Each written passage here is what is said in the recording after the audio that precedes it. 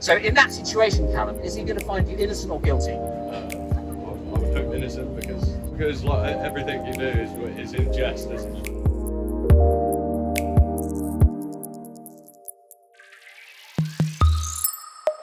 Right. Hands up if you think you're a good person. Excellent, excellent. You think you're a good person? Yeah. Come on then. What's your name? Callum. Callum. Hi, I'm Bob. Nice to meet you, Bob. Do you want to stand on the box for me, Callum? Callum, thanks for speaking to me. Yeah. All right. Did I catch you just as you were walking past? Yes. All right then. Callum, I'm going to do a test on you to test whether you're a good person. And if you are a good person, I'm going to give you this. Yeah. But if you're not a good person, I'm going to give you something anyway. Is that all right? Yeah. Right. So, Callum, I failed this test. I want to be completely honest with you. I failed this test at every single step. So I will not be judging you at any point, all right? Now, Callum, would you agree the best policy is to be honest? Yes. Would you be honest with me if I ask you some reasonably personal questions? Yeah. All right. And are you here with anyone, Callum? My girlfriend. Your girlfriend's here? Yeah. Do you think he's a good person? Oh, no. Whoa. That's gone wrong straight away. Sorry about that. Right, okay. Right. Forget that first. Forget I asked that. All right, Callum. So would you say that you are a rational thinker, reasonable, and you open-minded, happy to listen to other people's opinions? Yeah. Okay, so I want to be honest with you. I've got a message also that I want to share with you. I'm amplified, so I'm going to probably repeat what you say and answer these questions. Yeah. And if everyone's listening, just apply it to yourselves as well. So, Callum, first question. In your whole life, thinking back as far as you can, how many lies have you told, would you say?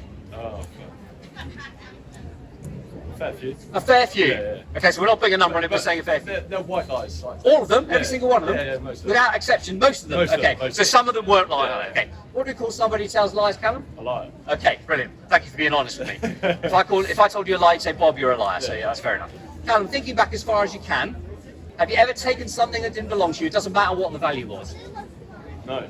Pencil from work, a toy from a sibling. Have you ever downloaded anything from the internet that you didn't pay all the copyrights? Oh, yeah. Oh, okay, right, we found. Wow, that didn't take too long, but thank you for being honest. Right, so what do we call somebody who takes something that doesn't belong to them? A thief. Okay, a thief. So far, liar and a thief. Oh God, this is all right. Stick with me, Callum. Have you ever dishonoured your parents? Third question. No. Okay, did they teach you to lie and to thief? No. Oh, okay. All right, okay. So we'll wind it back on that one a little bit, okay. Okay, fourth question then, Callum. Have you ever stubbed your toe and said, "Oh my God" or Jesus as okay? That's called blasphemy. Yeah. Oh, you know this. Okay, right. So and God takes it very seriously. It's like someone who's very dear to you and your family, your mother or your father. I don't know what your family relationship's like, but if someone to use their name as a swear word, you'd be offended, wouldn't you? That'd be a little bit, yeah. And so this is the God who gave you life and gave you everything. I want you to imagine now that you've died. Okay.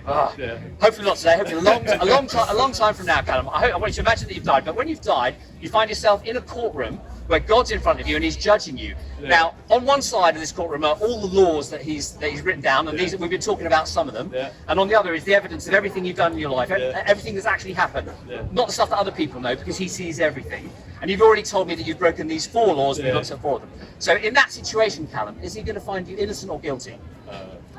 I would hope innocent because So Callum says he said he's broken the laws, but he said hope innocent. So tell us why? Because everything you do is in jest, isn't it? Well, what do you mean? So you're not serious about anything? No.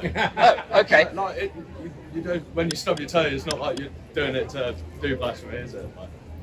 So Callum is saying everything in life is in jest, if I get you right, and that you don't deliberately stub your toe in order to get blasphemy. No. That's absolutely true, but that's not what the law said. The law says, don't take my name in vain, which means to do things thoughtlessly. Yeah. Okay, so when you stub our toe and we swear by God's name, we're not thinking about how important that name is. Do you see what I mean? So we've done it thoughtlessly. Yeah. So, Callum, you said you were rational, and you said you were going to think things through logically.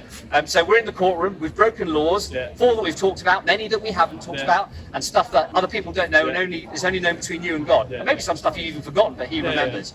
So are you guilty or innocent? I'm probably guilty. Probably guilty. Thanks for being honest. I think if we're being honest with ourselves, we'd all say we're guilty. One last question for you, Callum. Behind you there's 2 doors. One's to punishment and one is to reward. If you're guilty and you're in a court of law, are you going through the punishment door or the reward door? Probably the punishment. Punishment, that makes sense. It's rational, isn't it? Yeah, because you're guilty. That's what happens in a human court. It would be weird to expect it would be different in God's court. Yeah, okay. So thanks for being honest with me, Callum. Right, so this all sounds like bad news, and you probably don't want to go through that door. I wouldn't want to, yeah? Okay. So here's the good news that I want to share with you, okay? And this is the story of Jesus. We may have heard some of this before. So God becomes a man 2,000 years ago. He lives a perfect life on earth in thought, word, and deed. We looked at 4 of the commandments. He never broke any of them, okay? And at the end of his life, he voluntarily gives his life. He lays it down. He dies on our behalf. Our death's not a normal death. God's punishment for the things that you've done, Callum, and things that I've done was laid on him in that time when he died. Then he was buried. He rose again, and he ascended into heaven. So now he has paid the price. If you think about that courtroom, he's paid the price for what you've done, Callum, what I've done, if everybody's listening and applying it to themselves, what they've done too. He's paid the price for us, and he offers free forgiveness. So there's nothing that we can do to fix what we've done wrong ourselves. He's done it for us, and we can accept that gift of forgiveness. There's a way that we do that. It's described as being repentant, which just means I'm sorry now for the lies and the thieving and the things I've done, and I don't want to live like that anymore. That's all that means. And it also, we're required to trust in what Jesus has done for us. What that means is there's nothing I can do. I can't go and do good works for charity for the rest of my life to make up for the thing that I've done wrong. And if we do those things, a legal exchange happens, okay? Jesus pays your penalty, which you can't pay, so that you don't have to pay it yourself. If you try to pay it yourself, you'd be going through that your punishment, and it would take you for eternity. That's what the Bible describes as hell forever and ever. Okay, so with that exchange paid, God has been just because he has punished what you've done wrong and what I've done wrong, but he's been loving and kind because he's freely offered you forgiveness. And that is the story of the gospel of good news. Does that make sense, Callum? Yes. Okay.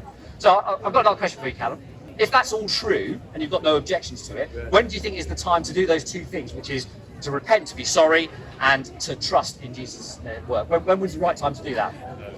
As soon as you possibly can. As soon as that makes sense, doesn't it? If you think about that, I mean, some people say just before I die, but we don't know when that's going to be. It makes sense to do it as soon as you possibly can. Thank you for being honest with me. Right, Callum. So back to the original question. Are you a good person? Well, I've just found out I'm not. You're not a good person. And the truth is, none of us are a good person. Okay, but so you haven't earned this. You haven't done the things that are required to earn this £5. However, I'm going to give it to you anyway with some other stuff. I think we've got some other stuff as well here. And the reason why is because it's a kind of material manifestation of what we've been talking about. You don't deserve for God to die on your behalf and take the punishment for you, but he did it anyway. And he freely offers forgiveness. So that if you do those two things of repent and trust, then the legal exchange happens, okay? So you don't deserve this, but I'm going to give it to you anyway. There's some other gifts from us as well, because we care about you. And because we care about you, we want you to think about these things. So there's a Bible in here. Anything that I've said that I've made up myself is completely irrelevant, okay? But if God's written it down in his book, and it's actual truth, then what we've talked about here is of eternal significance, okay? So, Callum, thank you for talking to me. I'm going to give you these down. Let's give Callum a nice round of applause because he's done really well.